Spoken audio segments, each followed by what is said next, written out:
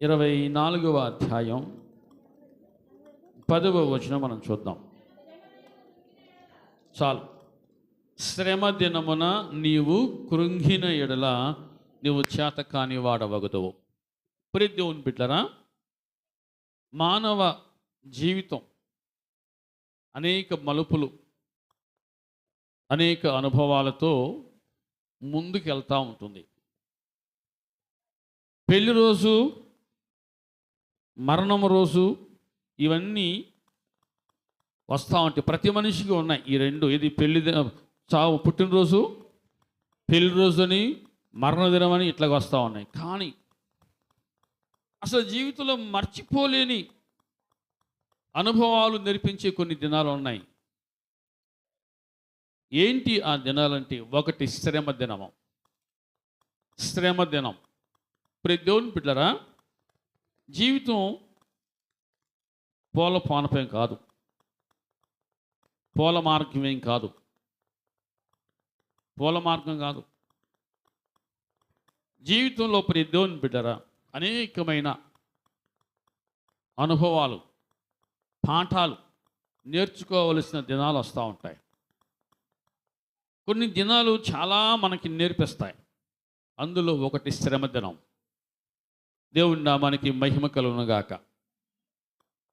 శ్రమ దినం కొన్ని మనకి నేర్పించే దినాలలో ఒక దినము శ్రమ దినం. ప్రతి దేవుని బిడ్డలారా, మనిషి జీవితం ఎక్కడో ఒక దగ్గర సడన్గా పడిపోద్ది. బ్రేక్ ఎక్కడో ఒక దగ్గర బ్రేక్ పడిపోద్ది. ఇక నా జీవితం ఇక తిరగలేదు, ఇక సాపికి వెళ్ళిపోద్ది అనుకుంటానికి లేదు. ఎక్కడో ఒక దగ్గర బ్రేక్ పడుద్ది. దానికి బైబిల్లో చెప్పిన మాట ఏంటంటే శ్రమ దినము. ప్రతి దేవుని బిడ్డలారా, ఇప్పుడు ఉన్నటువంటి పరిస్థితుల్లో మనిషి జీవితం ఎట్లా ఉందంటే పరుగులమయం. ఎంత స్పీడ్గా పరిగెత్తాలంటే అంత స్పీడ్గా పరిగెత్తున్నారు అంతే. అంటే మనకి వెనకటి రోజుల్లో పూర్వీకులు, అంటే మన తాత ముత్తాతలు చెప్పేవాళ్ళు ఏం చెప్పారంటే, అయ్యా పరిగెత్తి పాలు తాగి గంటి నిలబడి, ఆ రోజులు అట్లా ప్రశాంతంగా గడిచిపోయినాయి. కానీ ఈ రోజుల్లో నిలబడి నీళ్ళు తాగమన్నా తాగేవాళ్ళు లేరు. ఎంతసేపటిగా పరిగెత్తాలి, జీవితాన్ని పదిలం చేసుకోవాలి, జీవితాన్ని నిండు పాల కొండగా చేసుకోవాలి. ఇది ఈనాడు ప్రతి దేవుని బిడ్డరా పరుగులమయం అయిపోయింది. అలా వేగాన్ని పుంజుకుంది. ప్రతి దేవుని బిడ్డరా, ఈ వేగంలో మనిషి ఉన్నప్పుడు, ఈ వేగంగా పరిగెడుతున్న ఈ జీవితం ప్రతి దేవుని బిడ్డరా ఇక ఇటువంటి వెనక ముందు ఆలోచన లేకుండా ఉంటుంది. ఇక అయిన వాళ్ళు ఎవరో, దగ్గర వాళ్ళు ఎవరో, బంధువులు ఎవరో, కుటుంబ సభ్యులు ఎవరికి ఇవే ఉండవు. ఇక ఎంతసేపటికి పరిగెత్తడమే. ప్రతి దేవుని బిడ్డలారా, ఇంత వేగంగా పరిగెడుతూ ఉన్న సమయంలో ఒక దినం వచ్చేస్తుందంట మానవ జీవితంలో. ఏ దినం అది? శ్రమ దినం. శ్రమ దినం. ఆ దినం వచ్చింది అంటే ఎలా ఉంటుందంటే, ఎంత వేగంగా పరిగెత్తావో, జీవితం ఎంత సంతోషంగా వేగంగా పరిగెడుతూ ఉందో అంత సడన్గా కృంగిపోయే దినం, కృంగిపోవటం. ప్రతి దేవుని బిడ్డలారా, ఇక సమాజం ఏమనుకుంటుందంటే, వీడు పడిపోయాడు ఇక లేవడం, వీడు పడిపోయాడు ఇక లేవడు అనుకుంటుంది సమాజం. ప్రతి దేవుని బిడ్డలారా, అంత వేగం. ఎవరు పిలిచినా వినబడదు, ఎవరు పలకరించినా సమాధానం ఉండదు. ఆ జీవితం అలా వెళ్ళిపోతూ ఉంటుంది. అట్లాంటి జీవితంలో ఇటువంటి శ్రమదినం వస్తే తట్టుకోగలదా? నేను నిన్నటి రోజున బస్సులో కూర్చొని ఆలోచన చేస్తూ ఉన్నా. అంటే కొందరు జీవితాలు ఎలా ఉంటాయంటే, డబ్బు ఉన్నప్పుడు ఎవరు కంటికి కనపడరు. అసలు ఒకరితో నాకు పనేంటి, అసలు ఒకరితో నాకు అవసరం ఏంటి, అసలు ఎవరితో నాకు పని లేదు అనుకుంటూ ఉండేటువంటి పరిస్థితి. నేను కూర్చొని ఆలోచన చేస్తూ ఉన్నా. కొందరి జీవితం ఎలా ఉంటాయండి, ఆపద వచ్చే టయానికి, శ్రమదినం వచ్చే టయానికి ఎవరు కూడా ఒక్కరు కూడా దగ్గర ఉండే పరిస్థితి ఉంటలా. అంటే అందరూ దూరం చేసుకుంటున్నారు చాలామంది. లేనోళ్ళు లేక ఏడుస్తూ ఉంటే ఉన్నవాళ్ళు ఉండి కూడా ఉన్నవారిని దూరం చేసుకునే వాళ్ళు ఉన్నారు. ప్రతి దేవుని బిడ్డరా, దేవుని వాక్యం సెలవిస్తూ ఉంది, శ్రమ దినం వస్తే నువ్వు తట్టుకోగలవా, నువ్వు భరించగలవా, నువ్వు ఎదుర్కోగలవా? జీవితం మలుపులతో ఉంది, మూల మలుపులో. ప్రతి మలుపు ఒక అనుభవమే, ఒక పాఠమే. ఆ దినము వచ్చింది అంటే ఎలా ఉంటుందంటే కురింగిపోవటమే మనిషి. ఎంత సంతోషంగా సాగిపోయింది జీవితం, అంత సడన్గా కురింగిపోవటం ఎంత భయంకరం చూడండి. ప్రతి దేవుని బిడ్డరా, కానీ దేవుని వాక్యం ఏమంటుంది తెలుసా? శ్రమ దినాలు వస్తాయి, కానీ నీవు కృంగిపోవద్దు. హల్లెలూయా చెప్పండి, హల్లెలూయా. శ్రమ దినం వస్తుంది, బైబిల్ రాదు అని చెప్పలా, వస్తుంది, కానీ నీవు కృంగిపోవద్దు. ఒకవేళ నువ్వు కృంగిపోయావో ఏమవుతావు? చేతకాని వాడవగుదువో. దేవుడు ముందే తన బిడ్డలను అన్ని విధాలు కూడా ప్రిపేర్ చేస్తూ ఉంటాడు. అన్ని విధాలు ప్రిపేర్ చేస్తా, అలా సెట్ చేస్తుందిగో ఇలా వస్తుంది, కానీ నువ్వు కృంగిపోవద్దు. ఇటువంటి దినము నువ్వు చూడబోతున్నావు, కానీ నువ్వు కృంగిపోవద్దు.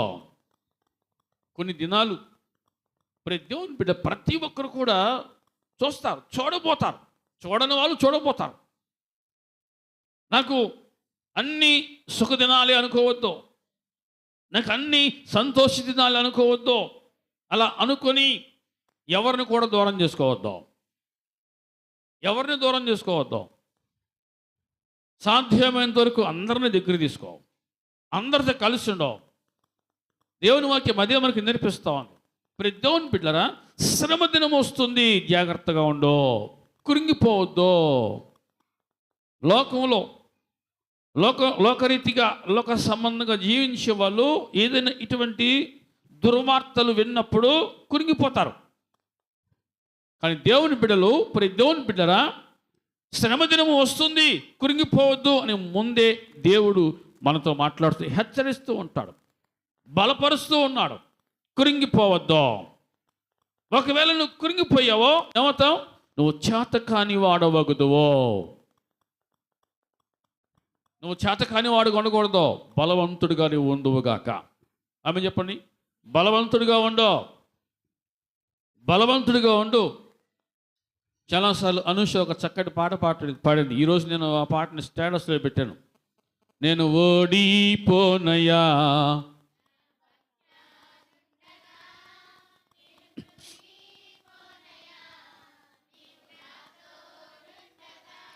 నేను ఓడిపోనయా,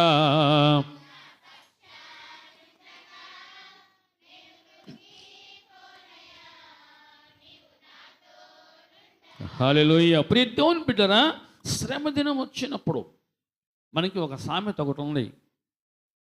మొగుడు కొట్టినందుకు కాదు అమ్మా, ఏంటి సామెత అమ్మా?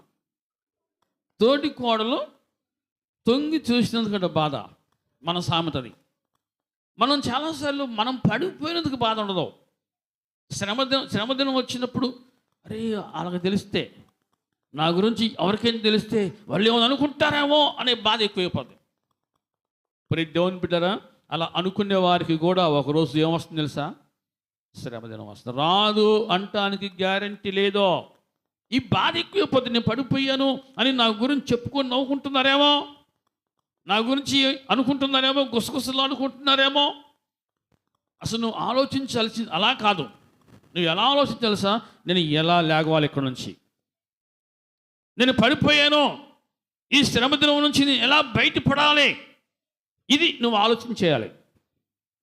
నువ్వు ఆలోచించే నీ శక్తికి మించి అక్కడ పరిస్థితి ఉంది, ప్రతికూలంగా ఉంది. ప్రతి దేవుని బిడ్డరా, శక్తిమంతుడు బలవంతుడైన దేవుడు మనతో ఉన్నాడు. ఆ విషయం మనం మర్చిపోవద్దు. మీకు చాలాసార్లు ఒక మాట జ్ఞాపకం చేశాను. మన కంటి ముందున్న సమస్య కంటే మన లోపట ఉన్న దేవుడు గొప్పవాడు. హల్లెలూయా చెప్పండి. మన కంటి ముందు ఉన్న సమస్య కంటే సమస్య మనల్ని పీడించింది, వేధించింది, ఏడిపించింది. కానీ నువ్వు చూడాల్సింది సమస్యను కాదు, ఆ శ్రమను కాదు.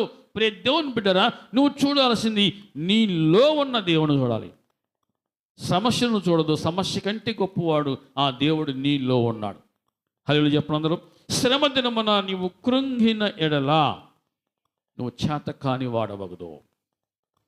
ప్రియ దేవుని బిడ్డరా, మరి ఒక దినం చూద్దాం. ఒకటి శ్రమ దినము, రెండవది ప్రియ దేవుని బిడ్డరా 106వ కీర్తన, క్షమించి 107వ కీర్తన చూద్దాం. 107వ కీర్తన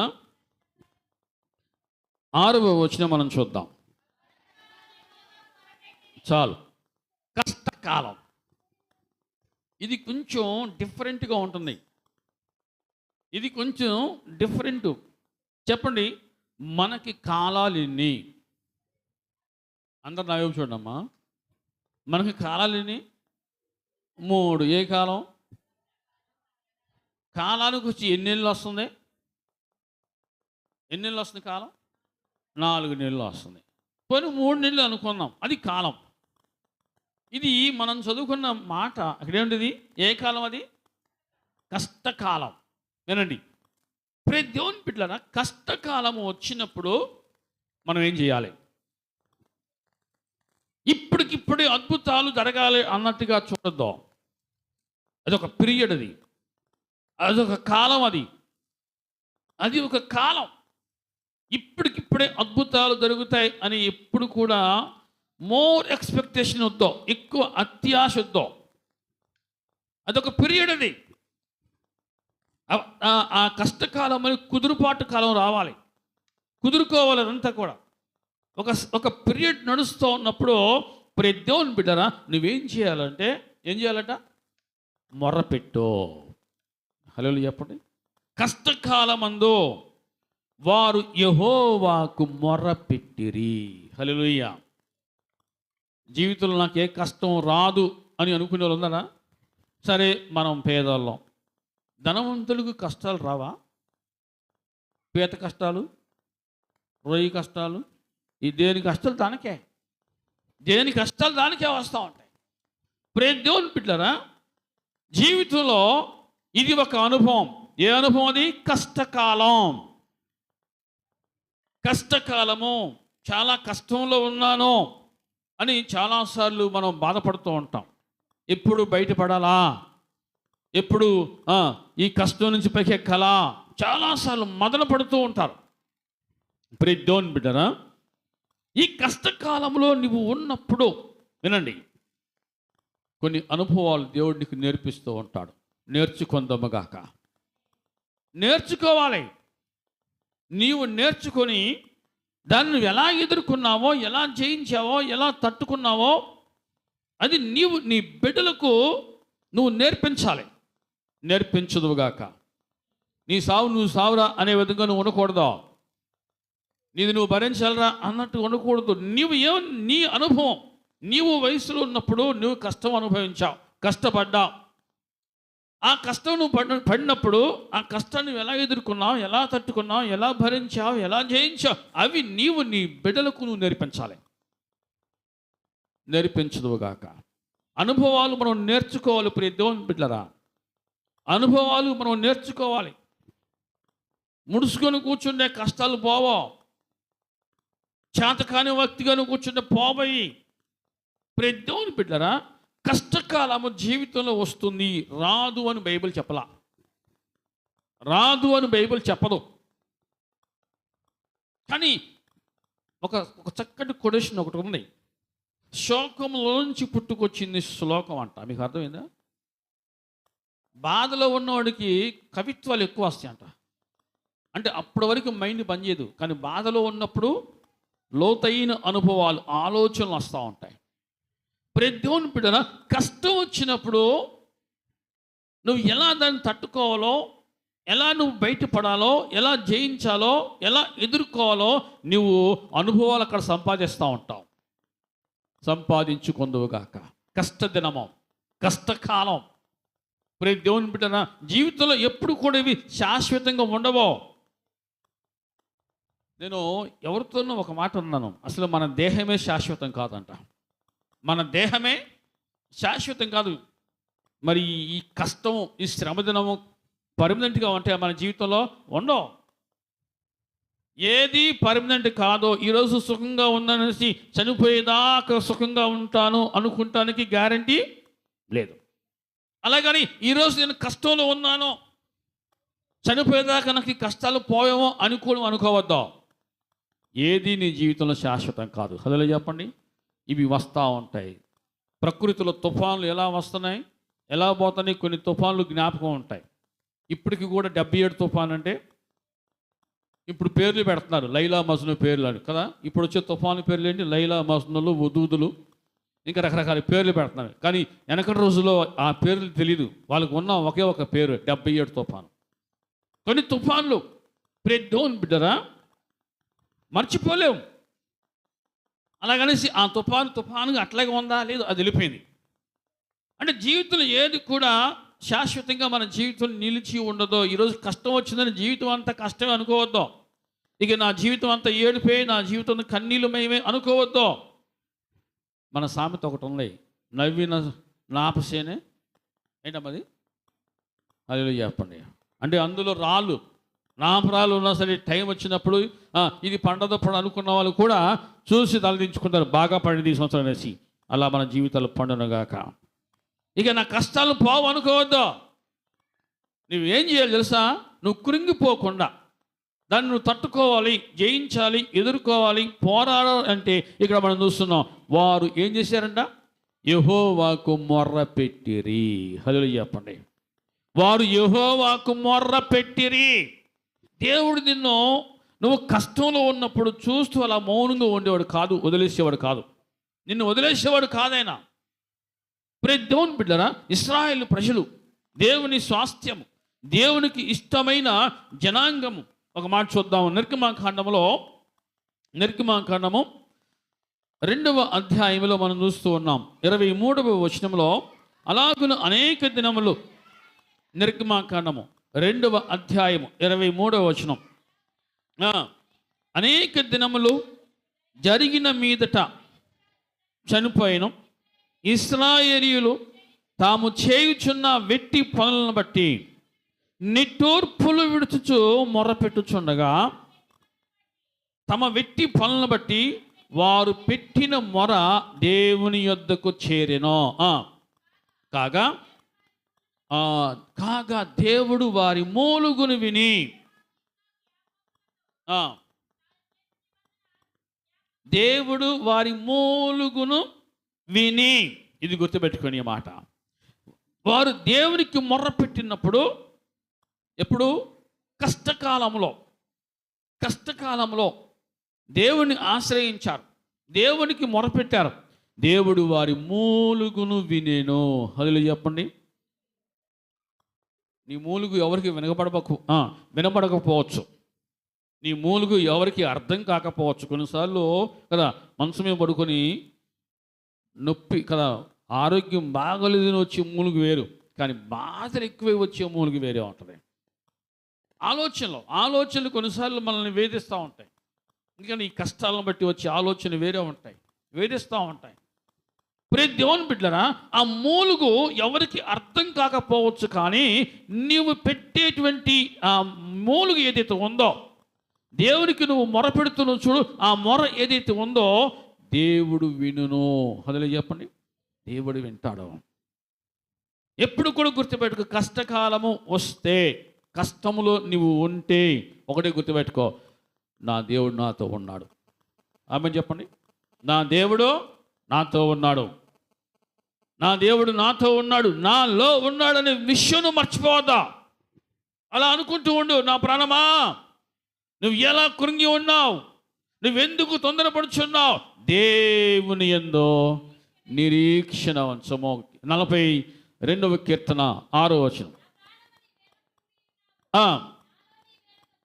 నాలో నీవేలా తొందరపడుచున్నావు? దేవుని యందు నిరీక్షణ ఉంచము.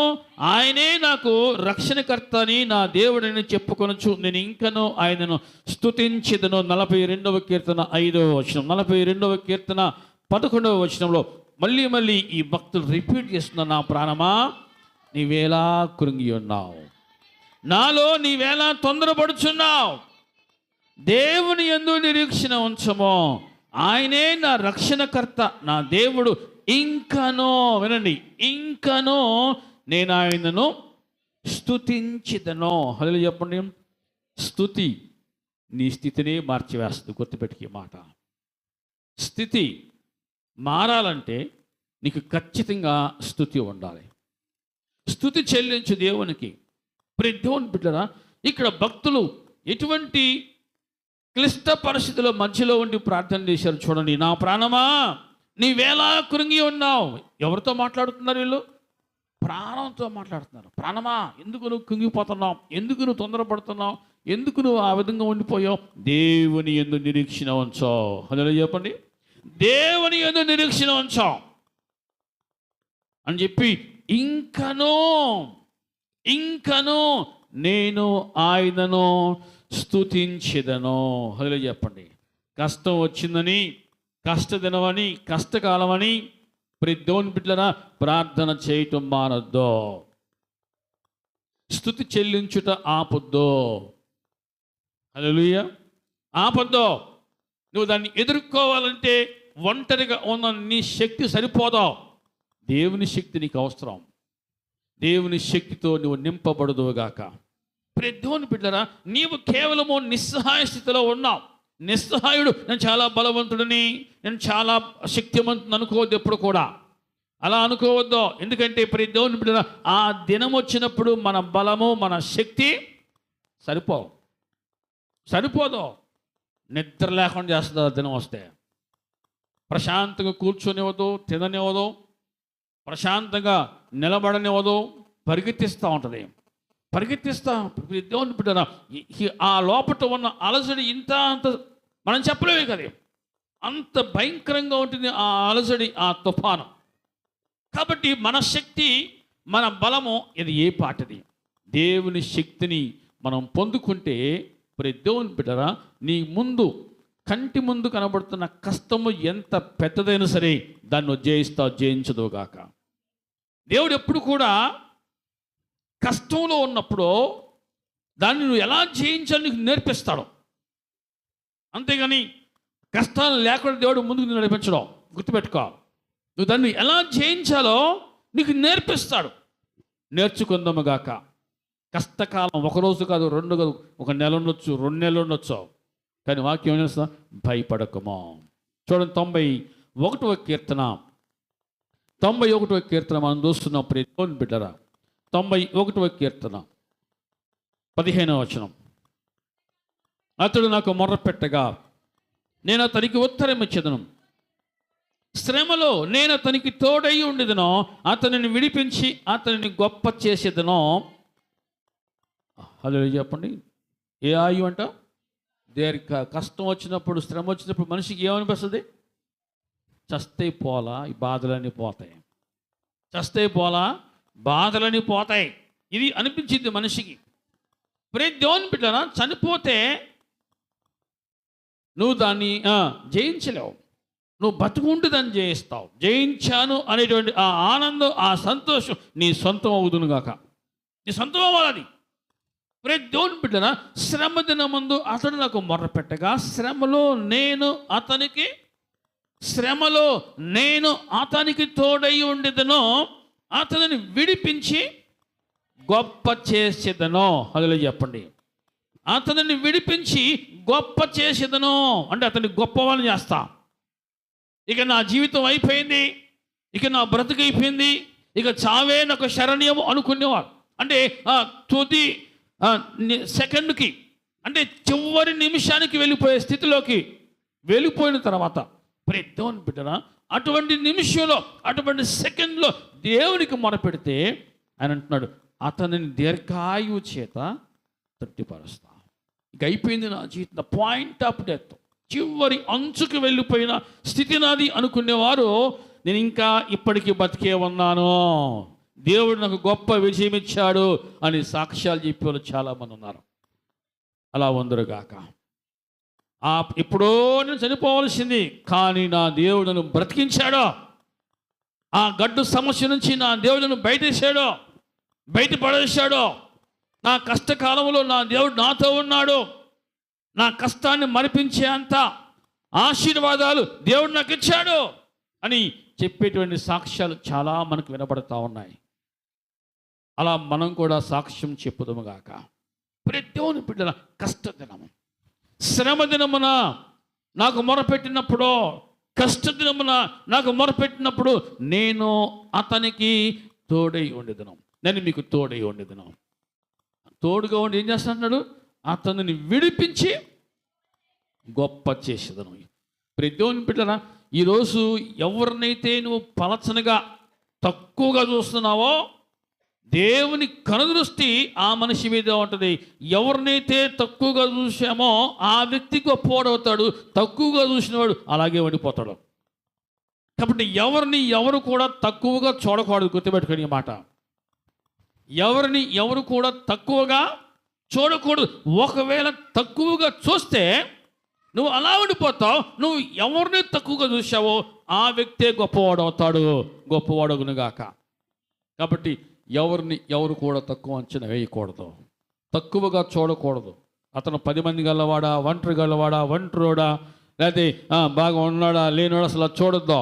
మనిషిని మనిషిగా నువ్వు ప్రేమించంతే, మనిషిని మనిషిగా నువ్వు గౌరవించు, అదే నువ్వు అంతేగాని అంతకు మించి నువ్వు ఎవరు కూడా తక్కువగా చూడొద్దు. తక్కువగా చూస్తే నువ్వు తక్కువగానే ఉండిపోతావు. దేవుడు ఎవరినైతే నువ్వు తక్కువగా చూస్తున్నావో ఆ వ్యక్తిని గొప్పవాణి చేస్తే రేపు నువ్వు తలదించుకుంటావు. అర్థమవుతుంది అనుకుంటున్నా? హలో చెప్పండి. కాబట్టి ఎప్పుడు కూడా ఒక మనిషిని తక్కువ అంచనా వేసి తక్కువగా చూడొద్దు, నవ్వులాటగా కూడా చెప్పుకోవద్దు. హల్లెలూయా. పడినవాడు ఎప్పటికీ చెడ్డోడు కాదు, అంత కదా. పడినవాడు చెడ్డోడు కాదు, ఖచ్చితంగా అతను లేస్తాడో, దేవుడు అతను లేపుతాడో. ఆ ఆలోచనతో ఉంటే పడిన వారిని చూసి ఎప్పుడు కూడా తక్కువగా నువ్వు చూడకూడదు. హల్లెలూయా. చూడండి, 37వ కీర్తనలో ఒక మాట మీకు జ్ఞాపకం చేస్తున్నాను. 37వ కీర్తన 24వ వచనం. యెహోవా అతని చెయ్యి పట్టుకుని ఉన్నాడు గనుక అతడు నేలను పడినను లేవలేక ఉండడో, ఖచ్చితంగా లేస్తాడో. ఎందుకు? దేవుడు అతని చెయ్యి పట్టుకున్నాడు కాబట్టి. దేవుని బిడ్డ, నీవు కష్టకాలంలో ఉన్నప్పుడు, ఏనండి, కష్టకాలంలో నీవు ఉన్నప్పుడు గుర్తుపెట్టుకొని నీవు చేయవలసిన ప్రార్థన ఏంటి తెలుసా? దేవా, నేను కష్టంలో ఉన్నానయ్యా, నా చెయ్యి పట్టుకో. హల్లెలూయా. నేను కష్టంలో ఉన్నానయ్యా, నా చెయ్యి పట్టుకో. దేవుడు ఖచ్చితంగా నీ చెయ్యి పట్టుకుంటాడు.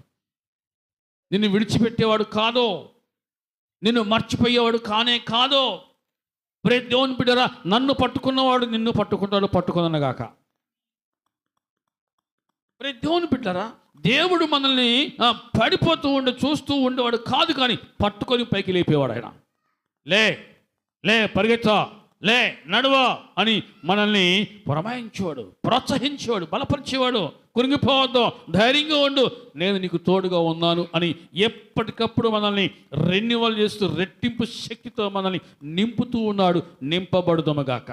ఇక్కడే ఉంది, అతడు పడినను ఖచ్చితంగా లేస్తాడు. అతడు పడినను లేస్తాడు.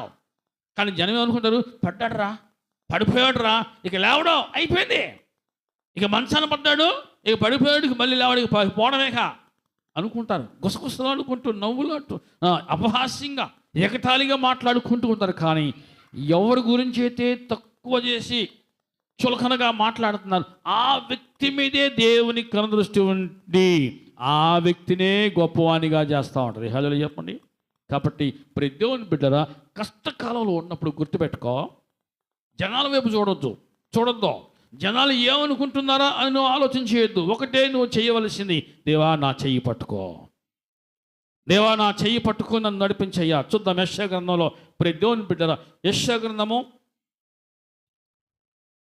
గ్రంథంలో ఒక చక్కటి మాట మనం జ్ఞాపకం చేసుకుంటూ ఉన్నాం. దేవుని బిడ్డరా, 41వ అధ్యాయంలో 10వ వచనం. భూతి గంధంలో నుంచి నిన్ను పట్టుకొని దాని కొన నుండి పిలుచుకునివాడా, నీవు నా దాసుడవనియు నేను నిన్ను ఉపేక్షింపక ఏర్పరచుకుంటున్ననియు నేను నీతో చెప్పి ఉన్నాను, నీకు తోడై ఉన్నాను, భయపడకము, నేను నీ దేవుడనై ఉన్నాను, దిగులు పడకము, నేను నిన్ను బలపరుతును, నీకు సహాయము చేయువాడును నేనే, నీతి అను నా దక్షిణ హస్తముతో నిన్ను ఆదుకొందును. నీ మీద కోపపడిన వారందరూ సిగ్గుపడి విస్మయముందెదరో, నీతో వాదించువారు మాయమై నశించిపోదురో. హల్లెలూయా చెప్పండి. ఆమేన్, ఆమేన్. దేవుడిచ్చిన వాగ్దానం ఏంటి? భయపడకము, నీకు తోడై ఉన్నాను, నేను నీ దేవుడినై ఉన్నాను, నేను నీకు తోడుగా ఉన్నాను, భయపడకము, నేను నీ దేవుడును, నేను నీ దేవుడినై ఉన్నాను. దేవుని బిడ్డలారా, ఎవరైనా దేవుని గనుక నిజముగా ఆశ్రయిస్తే, వినండి, హృదయపూర్వకంగా ఆశ్రయిస్తే, హృదయపూర్వకంగా ఇష్టపడి నిజముగా ఆశ్రయిస్తే, ఆ నామం మనకి బలమైన కోటగా ఉంటుంది ఉండునుగాక. నిజంగా ఆయనను ఆశ్రయిస్తే ఆయన అంటాడు, నేను నీ దేవుడును, భయపడకు. అందులో ఓమని పొట్టండి అంటే సర్వశక్తిమంతుడిన మాట వస్తుంది.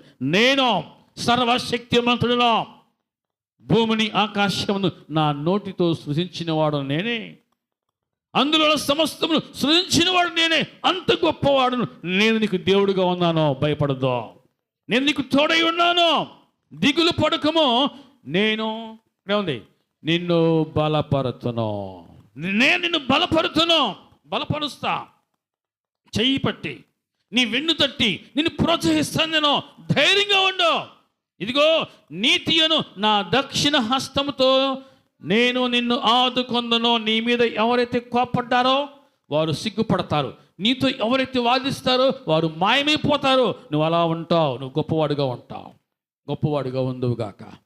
కష్టకాలం వచ్చినప్పుడు భయపడద్దు, కానీ నువ్వు చేయవలసిన ముఖ్యమైన పని ప్రార్థన చేయటం. దేవునికి మొరపెట్టు, నీ ప్రార్థన వ్యర్థముగా పోదు. దేవునికి మొరపెట్టు, నీ ప్రార్థన వ్యర్థముగా పోదు. ఆయన విని నీ ప్రార్థనకు జవాబిచ్చి దేవుడు పొందుకొందువుగాక. నీ కన్నీటి పొట్టుకు విలువిచ్చేవాడు ఆయన. నీ జీవితంలో ఈ కష్టాలు ఎప్పుడు శాశ్వతంగా ఉంటాయి అనుకోవద్దా, అవి ఎప్పుడు అలా ఉంటాయి అనుకోవద్దు. ఖచ్చితంగా నీవు చూస్తూ ఉండగానే గొప్ప వ్యక్తిగా రూపాంతరం చెందుతావు. ఆమె చెప్పండి. గొప్ప వ్యక్తిగా ఉంటావు, నిలబడతావు. కారణం, నా దేవుడు నిన్ను నిలబెడతాడు, నా దేవుడు మనల్ని నిలబెడతాడు. వాక్యం ఇక్కడ ఉంటుంది, ఇదిగో నీతి అను నా దక్షిణ హస్తముతో నిన్ను ఆదుకుంటాను. హల్లెలూయా. ఆయన ఆశ్రయించిన వారు ఎప్పటికీ సిగ్గుపడరు, నా జనులకి ఎన్నడూ సిగ్గునందరు. ప్రతి దేవుని బిడ్డరా, మరి ఒక దినం మనం చూద్దాం, 107వ కీర్తనలో 2వ మాట, 6వ వచనం 2వ మాట, ఆయన వారి ఆపదలలో నుండి వారిని, ఆపద దినం, ఏ దినం అంట? ఆపద దినం. నాకు ఏ ఆపద రాదు అని కొంతమంది చెలరెగుతూ అంటారు. ఎవరు ఎక్కడ ఇరుక్కుపోతారో, ఇరుకును పడతారో తెలీదు. పక్షి ఎగిరి నుంచే పోయి ఎగిరిద్ది, కానీ ఎక్కడో ఒక దగ్గర పడిపోద్ది. ఎక్కడ? వాళ్ళలో పడిపోద్ది. ఆ రెక్కలకు ఓపిక ఉన్నంతసేపు ఎగిరిద్ది, వాళ్ళలో పడిపోద్ది. నీటిలో ఈదే చేప ఇక నాకు ఎదురే లేదనుకొని నీటిలో ఈదుతూ ఉంటుంది, కానీ ఒక టైం వస్తుంది. ఏ టైం అది? వలలో పడే టైము. వల అలా ఒకటి ఉంది లోకంలో. అప్పుడు దేవుని బిడ్డరా, ఇక నాకు జీవితంలో ఇక జీవితం అంతా నవ్వులే, సంతోషాలే, ఇక అంతా వెల్ సెటిల్, నేను నా బిడ్డలు వెల్ సెటిల్ అయ్యారు. వెల్ సెటిల్, ఈ మాట ఇప్పుడు బాగా వినపడుతుంది. వెల్ సెటిల్, మంచి ఉద్యోగాలు చేసుకుంటున్నారు, అసలు అందరూ వెల్ సెటిల్ అయిపోయారు అనుకుంటున్నారు. అలా అనుకునే వారి జీవితంలో కూడా ఒక దినం వస్తున్నారు. ఏ దినం అది? ఆపద్దినము. అంటే వాళ్ళకి వెల్ సెటిల్ అంటే వాళ్ళకి అర్థం ఏంటంటే చేతి నిండా డబ్బులు ఉన్నాయి అంతే. చేతి నిండా డబ్బులు అంటే వెల్ సెటిల్లో. చేతి నిండా పని, జేబు నిండా డబ్బు. చేతి నిండా పని, జేబు నిండా డబ్బు. జేబులో డబ్బు ఉంటే, చేతిలో డబ్బు ఉంటే, ఇంట్లో డబ్బు ఉంటే ఇక మనిషికి వచ్చే ఆలోచన తెలుసా? Well settled. వెల్ సెటిల్ అయ్యారు నా బిడ్డలు, వెల్ సెటిల్ అయ్యారండి. నేను వెల్ సెటిల్ అండి. అసలు భూ ప్రపంచంలో ఏ ఒక్కరు కూడా వెల్ సెటిల్ అనే మాట వాడకూడదు. ఎందుకంటే ఇక్కడ ఎవరు సెటిల్ అయ్యేది ఎవరు లేరు, అందరూ వెళ్ళిపోయేవాళ్ళే. అందులో చెప్పండి, అందరూ వెళ్ళిపోయేవాళ్ళే. నీకు మేడ మిద్దెలున్నా నువ్వు ప్రభుని చూడలేవో. అంటే మేడ మిద్దెలున్నా, నువ్వు ధనవంతుడైనా, చదువున్నవాడైనా, కనుమూసి కాలమొక రోజు ఉన్నదని మరువబోకుమన్నా. కనుమూసి కాలమొక రోజు ఉన్నదని మరువబోకుమన్నా. నీవెంత వాడవైనా, నీవెంత ఘనుడవైనా, నీవెంత వాడవైనా, నీవెంత ఘనుడవైనా, కనుమూసి కాలమొక రోజు ఉన్నదని మరువబోకుమన్నా. కనుమూసి కాలమొక రోజు ఉన్నదని మరువబోకుమన్నా. దేవుని బిడ్డలా, ఎవరికి కూడా ఈ భూమి మీద సెటిల్ అనే మాట లేదు. వెల్ సెటిల్ అనే మాట అసలు లేదు. ఇప్పుడు చాలామంది యవ్వనస్తులు పెళ్ళిప్పుడు చేసుకుంటావయ్యా అంటే వాళ్ళు అనే మాట తెలుసా? సెటిల్ అయ్యాక పెళ్లి చేసుకుంటా, సెటిల్ అయ్యాక. ఇప్పుడు కామన్గా వినపడే మాట సెటిల్ అయ్యాక పెళ్లి చేసుకుంటా. ఇక సెటిల్ అయిన తర్వాత పెళ్లి చేస్తున్నాక వచ్చే మాట వెల్ సెటిల్ అంటే మేము ఇంకా ఇద్దరం పని చేసుకుంటున్నాం, చేతి నిండా పని, లేకపోతే చేతి నిండా డబ్బు, జేబు నిండా డబ్బు, ఇంటి నిండా ఎటు నుంచి చూసినా రాబడే కానీ పోబడి లేదండి అనుకుంటారు. అలా ఇద్దరు బండి మీద వెళ్తున్నారు జాబ్ కోసం. హలో బ్రదర్, అన్న నాకు టైం అయిపోయింది, వెళ్ళిపోతున్నారు. హలో అక్క, అమ్మ నాకు టైం అయిపోయింది, సాయంత్రం కలుస్తా, వెళ్ళిపోతున్నారు. Well settle. ఎందుకంటే జేబు నిండా, చేతి నిండా పని ఉంది. నీకు ఎవరితో కూడా మాట్లాడేంత టైము తీరిక లేదు. సెటిల్, వెళ్ళిపోతున్నారు. బైక్ మీద వెళ్తున్నారు. రోడ్డు మీద వెళ్తా ఉంటే రోడ్ ఎప్పుడు ఒకే రకంగా ఉంటుందా?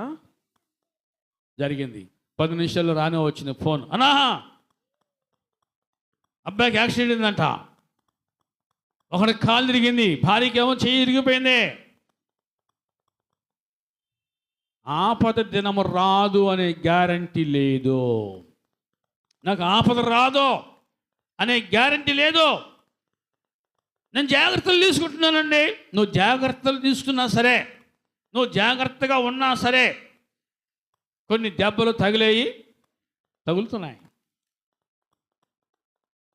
మన ఫ్లైట్ వెళ్ళింది 30 సెకండ్లోనే జరిగిపోయింది. Well settle. అందులో ఉన్న వాళ్ళందరూ కూడా వెల్ సెటిల్లే. అందులో ఉన్న వాళ్ళందరూ వెల్ సెటిల్లే. కానీ చివరికి ఏ బాడీ ఎవరిదో కూడా అర్థం కాల. ఆ పద్ధతి దినము ప్రియ దేవుని పెట్టారు. ఆ పద్ధతి దినం నాకు ఏమి కాదు, నాకేమి అవదో, నా జీవితం అంతా పూల మార్గమే అని అనుకునే మనిషి భూమి మీద లేడో. నాకు ఏ కష్టం రాదు, ఇక నేను ఉన్నంతకాలం సుఖమే, నాకు ఉద్యోగం ఉంది, నెలకి 50,000 జీతం, 1,00,000 రూపాయలు జీతం, ఇప్పుడు ఎలాగైనా బతకాలను అనుకుంటా. జీతం ఉంది కానీ పక్కనే ఉంది ఒకటేంటిది? ఆపద. అది ఏ రూపం, ఒక ప్రమాదమే కాదు, ఒక యాక్సిడెంటే కాదు, అది ఏ రూపంలో ఉన్నా సరే రావచ్చు. గడ్డిలో చేపెట్టా, గడ్డిలో పురుగు ఉంది, ఏదమ్మది? నాగరాజు ఉన్నాడు, బస్సు ఎలాగన్నాడు అంతే. ఇక పరిగెత్తాలి అడిగే. అక్కడికి వెళ్తే వెంటనే డాక్టర్ ఏమంటాడు పరిగెబెట్టనంటాడు, అనడు. 2-3 రోజులు గ్యారంటీ ఇవ్వనంటాడు, 2-3 రోజులు గడవాలంటాడు అంతే. ఈ 2-3 రోజుల్లో ఎంత పీకాలో అంత పీకెత్తారంతే. మీకు అర్థం కాల. అంటే ఆపద అనేది ఏ రూపంలో వస్తుందో, ఎలా వస్తుందో ఎవరికి తెలియదు. ఇంట్లో గ్యాస్ బండ లేదా, ఇంట్లో కరెంట్ లేదా, నెత్తి ఫ్యాను ఊడి మీద పడేవాళ్ళు లేరా? ఉందా లేదా? ఇట్లాంటి వార్తలు మీరు విన్నారు లేదా? విన్నాం. అంటే ఆపద ఏ రూపంలో సరే వస్తుంది. ప్రియ దేవుని బిడ్డరా, సామెతల గ్రంథంలో ఒక మాట జ్ఞాపకం చేస్తాం. 18వ అధ్యాయంలో 12వ వచనం. సామెతలు 18:12. ఆపద రాకమునపు. మనిషికి ఇదే జబ్బు, అతిశయం. ఆ అతిశయం ఎంతసేపు అంట? ఆపద వచ్చేంతవరకు. ఆపద వచ్చిన తర్వాత అతిశయం గితిశయం ఇంకేం ఉండదు. ఇక అంత చల్లారిపోద్ది. మీకు అర్థం కాల? అంత చల్లారిపోతాయి. ఆపద రాకమునపు నరుని హృదయము అతిశయపడును. పావురము లేక పక్షి ఎప్పుడు వలలో పడుతుందో, చేప ఎప్పుడు వలలో పడుతుందో తెలియని రీతిగా మనిషి కూడా ఎప్పుడో ఒక దగ్గర, ఎక్కడో ఒక దగ్గర ఖచ్చితంగా పడతాడు. వలలో పడతాడు. ప్రియ దేవుని బిడ్డరా, ఈ ఆపద దినము కొంతమందికి స్వయంకృత అపరాధం, కొంతమంది స్వయంకృత అపరాధం. కానీ కొంతమందికి అనుకోకుండా వస్తూ ఉంటాయి, అనుకోకుండా వచ్చే ఉంటాయి. అట్లాంటి సమయంలో ప్రియ దేవుని బిడ్డ స్వయంకృత అపరాధం అది వేరే. కానీ కొంతమందికి భక్తిలో ఉండగా నిజంగా దేవుని స్తుతిస్తూ ఉన్న సమయంలో కూడా కొంతమందికి ఇట్లాంటి ఆపదలు వస్తే ప్రియ దేవుని బిడ్డరా భయపడకూడదు. దేవా నువ్వు నాకు ఉన్నావు కదా, ఎన్నో ఆపదల నుంచి నన్ను కాపాడావు, నన్ను తప్పించే. చూద్దాం